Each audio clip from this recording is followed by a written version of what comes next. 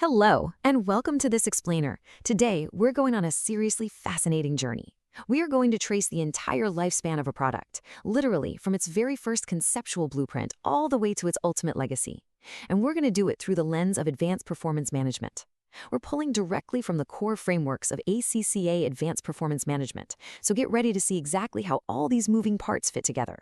If you want to understand how modern, top-tier businesses truly manage costs, how they evaluate their managers fairly, and how they report on their actual value to the world, well, you are definitely in the right place. Okay, let's dive right into this because, wow, this number right here is absolutely staggering. The source material reveals that 70 to 80% of a product's entire life cycle cost is permanently locked in during the design phase. I mean, just think about that for a second. Before a single factory machine is even turned on to build, say, your company's newest high-tech e-bike, up to 80% of your costs are already decided. So let's start at the very beginning. Phase 1. Conception. Designing for profitability. So if up to 80% of costs are locked in that early, the battle for profitability, yeah, it's pretty much won or lost right there on the drawing board. This fundamentally shifts modern business thinking. You know, under traditional costing, pricing is kind of like a gamble. You add up all your costs, you slap on your desired profit margin, and you basically cross your fingers, hoping the market will actually pay that selling price. But target costing, it flips the equation entirely. Modern businesses actually work backward. They start with the expected market selling price for that new e-bike, they subtract their non-negotiable desired profit, and that leaves them with a strict target cost. Suddenly, your engineers and designers have a rigid ceiling they absolutely must design within. But wait. What happens when your current estimated cost comes in way higher than that strict target cost? Well, you've got yourself a cost gap. And to close it, management has to rely on value engineering. Before production on our e-bike even begins, the team has to relentlessly simplify the design. They standardize components so they can buy in bulk, and they hunt for process improvements. You have to literally engineer that excess cost right out of the product, all while maintaining the quality your customer expects. Let's move to and see how this builds, because this engineering effort feeds into a much broader framework called lifecycle costing. Here we map out the 5 overarching stages, from cradle to grave. If a company only focuses on production, they are completely blind to the massive upfront investments made in design and development. They're also ignoring the costs of distribution, the warranties and customer support during the product's use, and even the environmental cleanup costs at disposal. Lifecycle costing forces you to price your product based on the whole timeline, not just the factory floor. All right, moving right along to phase 2, production, and mastering the learning curve. Once that blueprint is approved and the product actually hits the factory floor, we introduce the wildest, most dynamic variable of all, humans. Humans are fascinating because once we start doing a repetitive task, like assembling that new e-bike, we naturally get faster and way more efficient at it. This is the learning curve effect. Simply put, as cumulative output doubles, the average time per unit falls by a constant percentage. The mathematical formula for this is y equals a times x to the power of b. But why does this actually matter to us?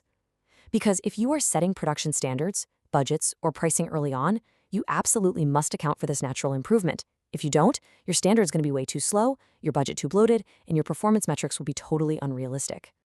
Let's ground this with a real numbers example, like a 90% learning curve scenario. To assemble the very first unit, it takes our team 100 hours.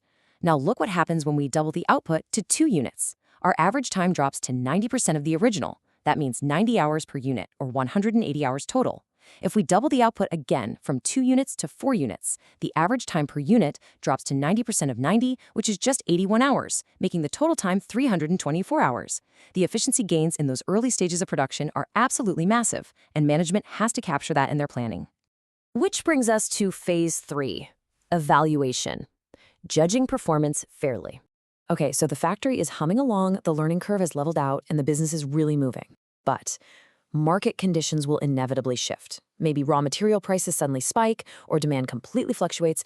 When that happens, how do we judge our managers fairly? We do it by separating our variances. We pit planning variances against operational variances. Now, a planning variance happens when your original standard becomes totally unrealistic due to market changes that are way outside of anyone's control. An operational variance, however, is caused by the actual day-to-day performance of the manager.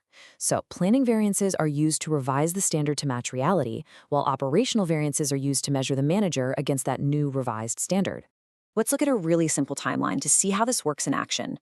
Imagine your original standard budget for materials was $5. Suddenly, a global shortage hits out of nowhere and the market price jumps to $6. Your manager negotiates hard, really fights for a deal, but ends up paying $6.20. Under this system, the manager isn't blamed for that $1 jump from 5 to 6. That is an uncontrollable planning variance. The manager is only responsible for the 20-cent operational variance. That 20 cents is the difference between the revised market standard and what they actually paid. And that leads to a crucial point captured perfectly right here. Managers should only be evaluated on items they can control. This is known as the controllability principle.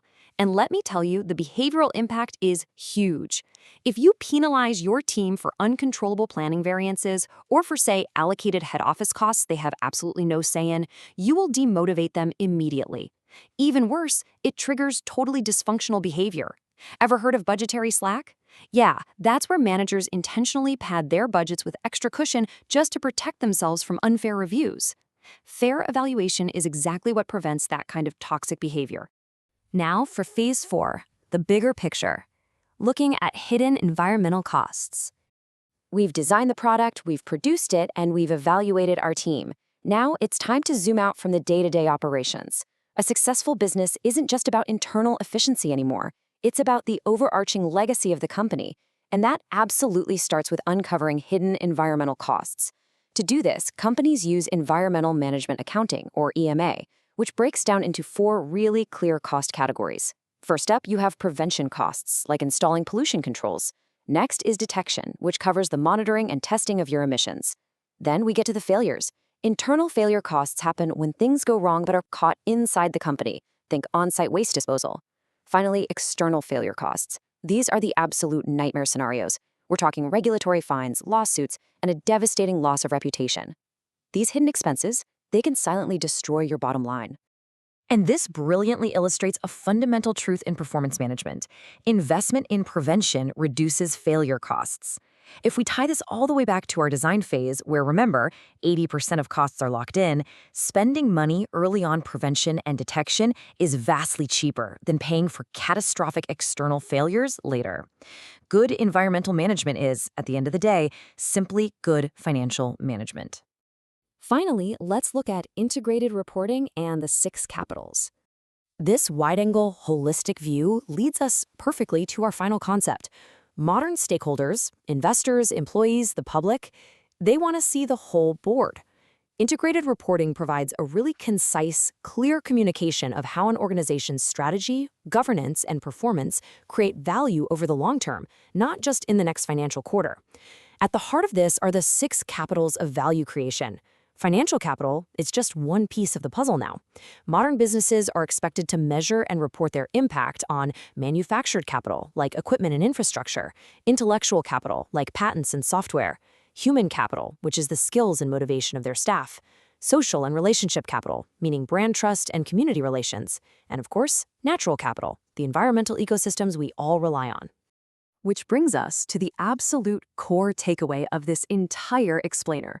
Profit is no longer a sufficient metric for long-term business success. From that very first conceptual blueprint for a new product, working through the realities of the learning curve, judging your managers fairly, and finally accounting for your environmental and societal impact, advanced performance management demands a holistic, long-term, and behavior-aware approach. The whole shebang. So, I want to leave you with this provocative question to really think about long after this explainer ends. Look at the dashboards and the reports in your own organization. If your company only measures financial capital, what exactly is it failing to see? What hidden risks are lurking in the background? And what incredible opportunities for value creation are being entirely ignored? Thank you so much for joining me on this deep dive today, and keep asking the right questions. We'll see you next time.